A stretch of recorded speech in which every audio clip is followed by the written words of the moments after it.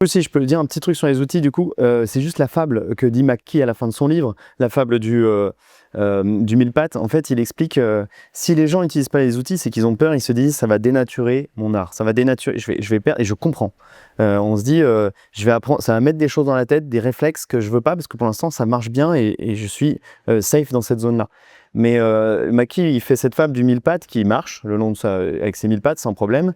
Et il n'a pas conscience qu'il a 1000 pattes. Mais le jour où il commence à se dire mais attends, j'ai 1000 pattes, et il commence à dire mais comment je peux synchroniser 1000 pattes comme moi et là il tombe. Le 1000 pattes tombe en bas et là il va commencer à se rendre compte qu'il a toutes ces pattes-là. Il va commencer à réapprendre comment elles fonctionnent et après, dès qu'il aura appris, il pourra danser, il pourra sauter, il pourra faire d'autres choses que marcher. Et en fait, je pense que je comprends la peur parce que le moment où on utilise les outils, on perd son assise, on se casse la gueule, on tombe. Mais ça nous permet que de relever et de repartir avec des choses encore plus fortes, quoi. Bonjour, nous sommes ravis de vous accueillir. Pouvez-vous vous présenter, s'il vous plaît? Alors, je suis Norman Django, je suis romancier, j'ai fait un peu de musique et j'ai fait aussi un peu de scénario et aussi de la réalisation en audiovisuel.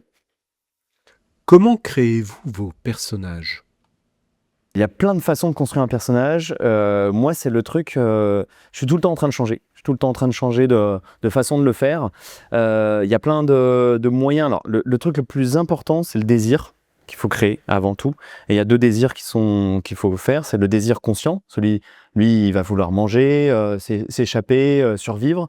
Ou le désir inconscient, c'est pourquoi, qu'est-ce qu'en lui, il y a un truc qu'il ne sait pas, qu'il a besoin d'avoir pour évoluer, pour progresser. Et ça, normalement, c'est quelque chose qu'on doit développer petit à petit le long du truc et révéler à la fin. Et ça, il faut à tout prix, pour moi, en avoir conscience au début. Parce que si je la prends en plein milieu, ça peut tout changer, ça peut tout s'effondrer. Donc, en général, c'est vraiment sur les désirs que je fabrique mes personnages. Et après, bon, je fais plein d'autres choses. Voilà. Mais c'est le point principal. Comment travaillez-vous sur l'intrigue, sur la structure d'un roman? Alors moi, je fais un plan. Je suis un architecte, je suis pas un jardinier. Donc en fait, moi, je construis un plan sur le long terme. Euh, Il me faut plein de choses. Il me faut le thème. Il faut que je connaisse mon thème. Il peut évoluer, mais il faut au moins que j'ai un début de thème. Il y a plein d'auteurs qui parlent de prémisse, donc c'est-à-dire avoir une phrase qui va donner le thème, qui va donner le sujet, qui va donner le héros, l'action, qui fait quoi. Donc en général, la prémisse, c'est il, donc un sujet, fait quelque chose, et voilà, le fameux quelque chose. Donc du coup, il faut ces choses-là pour faire une prémisse, genre par exemple, je sais pas, un super-héros qui va sauver une ville. Donc on a la ville, on a le super-héros, on a l'action. Donc je fais pas vraiment de prémisse, mais j'ai un thème. Et ensuite, je crée effectivement mes personnages. Et ensuite, moi, je fais un plan progressif. Alors, je fais d'abord une fin, à peu près. Je commence le début, je fabrique ma fin. Et après, je construis bloc par bloc, quitte après à revenir, à changer les choses, etc. Mais effectivement, je fais plutôt progressif. Et après, c'est une question de couche. C'est vraiment de l'architecture. C'est-à-dire, il y a une fondation, je mets du ciment, après je mets la peinture, et après je polish, etc. Donc voilà. Et après, je pars sur l'écriture. Comment travaillez-vous sur le premier chapitre? Stephen King est très très fort sur les scènes d'ouverture. Il nous attrape et on sait très bien ça va être qui les personnages, on sait très bien ce qu'ils vont faire, etc. Dans mon livre, L'œuvre du serpent, qui est un livre, un concept, donc il y a un concept où on a des personnages qui ont un don, ils peuvent retrouver des criminels grâce à des synchronicités, ils suivent des signes, et grâce à ça, ils arrivent à retrouver des criminels. L'ouverture, ça sert à vraiment amener le lecteur dans notre univers et qu'il comprenne tout de suite c'est quoi le concept. Et donc moi, ce que j'ai fait dans ce roman-là, j'ai créé une sorte de mini-enquête avant la grande enquête. Donc en fait, pour installer un tout petit peu le concept, qu'on comprenne le concept avant d'après dérouler le truc. Parce que comme c'est un nouveau concept, je ne pourrais pas me permettre de... Voilà. Donc en fait, je pense qu'il faut... à chaque fois, j'essaye de attraper très vite, parce qu'aujourd'hui, on a une attention qui part. Donc moi, je veux tout de suite qu'on comprenne, tout de suite attraper. Souvent, je fais du in media res, donc on est dans l'action et on avance. Mais j'essaie de très vite placer les enjeux. Comment travaillez-vous sur le dernier chapitre? Par un cliffhanger, c'est le truc le plus... ça peut paraître un petit peu surfait de se dire je vais essayer de faire un cliffhanger à chaque fois. on n'est pas obligé de le faire tout le temps, je le fais pas tout le temps, mais quand même, je trouve ça, si c'est intelligemment fait, je trouve ça quand même vachement agréable que à chaque fois, il y a un rythme de clôture d'un chapitre où on se dit, en fait, non. En fait, ce qui se passe dans une scène, ce qui est hyper important, c'est d'avoir une situation initiale qui bascule à la fin.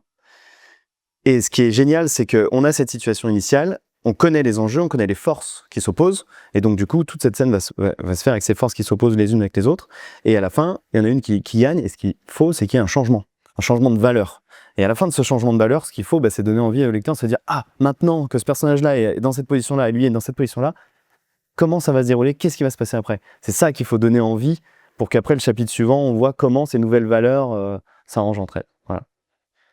Ah, alors le chapitre final, la fin d'un roman, la fin d'une histoire, ça c'est compliqué parce que en fait, on apprend dans les règles de scénario qu'il y a 3 façons de finir une histoire: la façon positive, la façon négative et la façon ambivalente.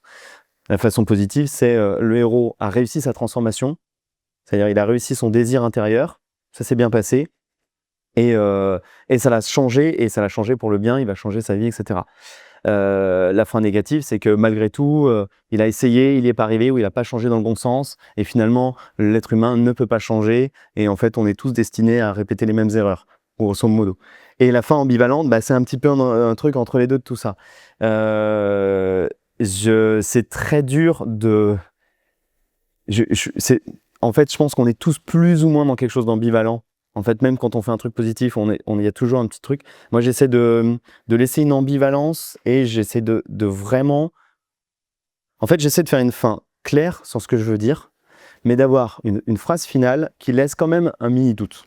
Mon premier roman, qui était vachement... J'avais vraiment étudié énormément la narration, donc du coup, sur cette évolution du personnage, qui est quand même le centre d'une histoire.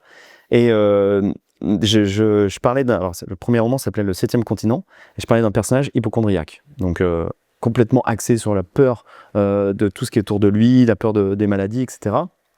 Et l'aventure lui faisait complètement changer sa version de lui-même, mais bon, sans spoiler, à la fin du roman, bon, on voit sa progression, on sent qu'il a évolué, mais à la fin du roman, il y a une toute petite phrase, il dit un truc où tu fais « Ah, peut-être pas, peut-être pas », et bon, il y a un petit côté un peu rigolo, quoi. Comment vous êtes-vous formé à la narration et à l'écriture? Alors, j'ai fait 2 choses. J'ai fait beaucoup de scénarios, donc des courts-métrages, et ça forme énormément parce qu'en fait, quand on arrive et qu'on a notre petit scénario, qu'on est débutant avec notre petite idée, qu'on s'amène et que quelqu'un nous dit « Mais non, ça marche pas ton truc, ça ne peut pas marcher », parce qu'un décorateur te dit « Ça, c'est pas cohérent », parce qu'un acteur te dit « Ça, le personnage ne peut pas faire ça pour des raisons bien cohérentes », et parce qu'un monteur te dit « Bah, tu vois bien que là, niveau rythme, ça va pas », on est confronté à tellement de métiers différents, tellement de visions différentes sur notre scénario, que c'est formateur. Donc ça a été une formation énorme. Et après, moi, je suis un féru des livres de narratologie. J'ai dû lire 4-5 fois Story de Robert McKee. J'ai lu énormément de fois L'anatomie du scénario de John Truby, qui a lui des règles très très précises sur les manières de faire.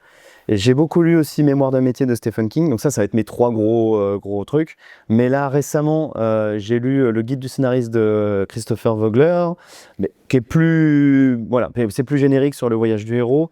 Et j'en ai encore plein d'autres qui m'attendent. Mais voilà, et ces livres, je les relis, je les annote, je prends des notations. En fait, à chaque fois que j'écris un roman, je les relis parce que des fois, on est bloqué, on oublie des règles. Et moi, je les vois comme une boîte à outils. C'est-à-dire qu'on n'est pas obligé de le suivre, mais on peut piocher dedans. Et c'est dommage de se dire d'oublier ces boîtes à outils. C'est quand même génial. Et je fais même des petites vidéos sur TikTok qui parlent de ces livres-là. Donc, je prends des petits bouts de scène et je parle de ces bouts de résumé, ces petits conseils d'écriture. Du coup, si je peux le dire, un petit truc sur les outils, du coup, c'est juste la fable que dit McKee à la fin de son livre, la fable du mille-pattes. En fait, il explique si les gens n'utilisent pas les outils, c'est qu'ils ont peur, ils se disent ça va dénaturer mon art, ça va dénaturer, je vais perdre, et je comprends. On se dit, je vais apprendre, ça va mettre des choses dans la tête, des réflexes que je veux pas, parce que pour l'instant, ça marche bien et je suis safe dans cette zone-là. Mais McKee, il fait cette fable du mille-pattes qui marche le long de avec ses 1000 pattes sans problème. Et il n'a pas conscience qu'il a 1000 pattes. Mais le jour où il commence à se dire mais attends, j'ai 1000 pattes, et il commence à dire mais comment je peux synchroniser 1000 pattes comme moi Et là, il tombe. Le 1000 pattes tombe en bas, et là, il va commencer à se rendre compte qu'il a toutes ces pattes-là. Il va commencer à réapprendre comment elles fonctionnent. Et après, Dès qu'il aura appris, il pourra danser, il pourra sauter, il pourra faire d'autres choses que marcher. Et en fait, je pense que je comprends la peur parce que le moment où on utilise des outils, on perd son assise, on se casse la gueule, on tombe. Mais ça nous permet que de relever et de repartir avec des choses encore plus fortes, quoi. Pouvez-vous nous expliquer, selon vous, à quoi servent les histoires? Déjà, il y a une manière empathique de comprendre l'autre dans les histoires. C'est-à-dire que les gens sont tous dans des microcosmes, dans des communautés fermées, et on a du mal à imaginer comment les autres vivent. Les histoires, c'est un monde qui s'ouvre sur l'autre. Et on est dans la tête du héros, etc. Donc on est ouvert sur l'autre. Je pense que c'est imbattable pour être ouvert sur les autres.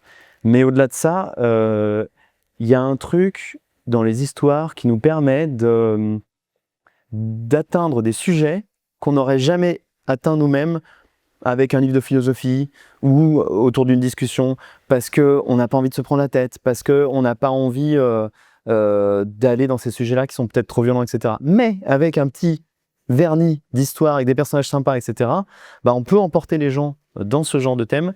Et ça c'est une force dans les histoires, mais dans l'art aussi. Quel est votre Et dans héritage narratif? toutes les formes d'art, Quels sont en vos fait. modèles? Alors, moi, la base vraiment de ma formation, c'est vraiment le cinéma. Donc, moi, c'est le cinéma des années, on va dire, 80 à 2000, qui a formé mon œil critique et qui a formé mon imaginaire. Et c'est d'ailleurs des gens qui étaient vachement portés sur la narration. C'était pas possible de faire un film en ayant un truc qui marche pas, en ayant un truc qui était bancal, disons. C'était plus rare. Quand on regardait les blockbusters des sorties, c'était quand même des trucs qui se tenaient. Et donc moi, je me suis vachement formé là-dessus. Je me suis dit, mais comment ça se fait que eux, ils y arrivent, et nous, en fait, ils ont des méthodes. Et ça ne veut pas dire qu'il faut se normaliser dans ces méthodes-là. Attention, le cinéma américain est très très spécial et on n'est pas obligé de faire du cinéma américain pour écrire un truc bien. Mais ils ont compris des trucs, ils ont théorisé des trucs qui, moi, je me suis dit, c'est très bien, je vais prendre ça et je vais l'inclure dans mon univers et peut-être après dans un imaginaire plus francophone. Et voilà. Quelle est la différence entre l'écriture d'un roman et l'écriture d'un scénario? Je crois qu'il n'y en a pas pour ma part, dans le sens où quand j'écris un roman, je suis très visuel. Donc en fait, j'écris des films. Quand j'écris des romans, j'écris des films. Et souvent, les gens me disent « Ah, c'est marrant, on dirait un film, ton truc. » Donc en fait, je crois que j'en ai pas trop. Alors en vrai, maintenant, j'écris plus de scénarios, mais si je devais en refaire un, le problème, c'est le budget. C'est qu'un livre, tu te poses pas la question de est-ce qu'un producteur va produire ça? Non, il faut plus que ça soit un huis clos, il faut plus qu'il y ait que 3 personnages. Donc un roman, tu te dis pas ça, et tu te dis je le mets où je veux, je fais ce que je veux, etc. Donc ça, c'est une liberté quand même qui est incroyable. Par contre, mon héritage cinéma veut que je place toujours mon roman dans quelque chose de visuel. Toutes mes scènes se passent avant que je crée un décor, je mets mes décorateurs, il faut que ça soit un peu dingo. Il faut qu'on puisse se projeter dans un univers visuel fort. Et ça, je suis content parce que ça me fait une petite particularité où moi je me projette et je pense que les lecteurs aussi peuvent le voir, quoi. De quel type d'histoire pensez-vous que nous ayons besoin dans le zeitgeist, c'est-à-dire le contexte actuel? Évidemment, des histoires mieux écrites, évidemment. Mais je sais pas, c'est avoir besoin d'une histoire, je suis même pas sûr si c'est une question qu'elle soit bien. Si, non, mais je pense que il faudrait quand même que les histoires soient mieux maîtrisées, que peut-être qu'on en fasse moins et mieux fait, et on maîtrise mieux l'art de la narration. Parce que j'ai peur que si on fait pas ça, nous, auteurs, il y a des choses qui nous échappent. C'est-à-dire que si on ne maîtrise pas les outils de ce qu'on fait, j'ai peur que ce qu'on veuille dire nous échappe. Parce qu'en fait, les outils de narration nous aident aussi à affiner ce qu'on veut dire. Et parce que souvent, quand je fais des bêta-lectures de textes de gens qui n'ont pas utilisé ces outils, je leur dis factuellement, là, tu sous-entends ça, en fait. Et il dit, mais c'est pas ce que j'ai voulu dire. Oui, mais en fait, comme là, tu dis ça, et que ce personnage tient complètement incohérent ce qu'il fait, du coup, on a l'impression qu'il veut faire ça. J'ai peur que si on part trop on fait un peu n'importe quoi, on perde un petit peu le contrôle de ce qu'on veut dire. Et donc, voilà. Après, la question de la pertinence d'une histoire, ça, c'est encore autre chose. Et ça, c'est quelque chose qui est très difficile pour un auteur. Il n'y a pas trop de règles de la pertinence. La pertinence, c'est quelque chose de... J'ai l'impression qu'il faut plutôt lire d'autres trucs, lire ce qui se passe, lire la société aussi, comprendre la société, être dans la société, pas être trop en marge et pas être trop dedans parce que sinon on n'est pas capable de la voir pour être pertinent. Et il y a un moment donné où ça c'est très important parce que c'est une peur de perdre cette pertinence. Moi j'ai 40 ans, ça va, je me sens encore un peu dans le truc, mais il y a un moment donné où je sais qu'il y a des choses qui vont m'échapper et il va falloir qu'au lieu de faire le vieux con qui fait je comprends pas, nanana, il va falloir que je m'y intéresse vraiment si je veux être pertinent. Donc ça c'est encore un autre sujet de la pertinence et voilà. Quel serait votre conseil à un auteur débutant? Le meilleur conseil que je peux donner, c'est ne pas voir trop grand.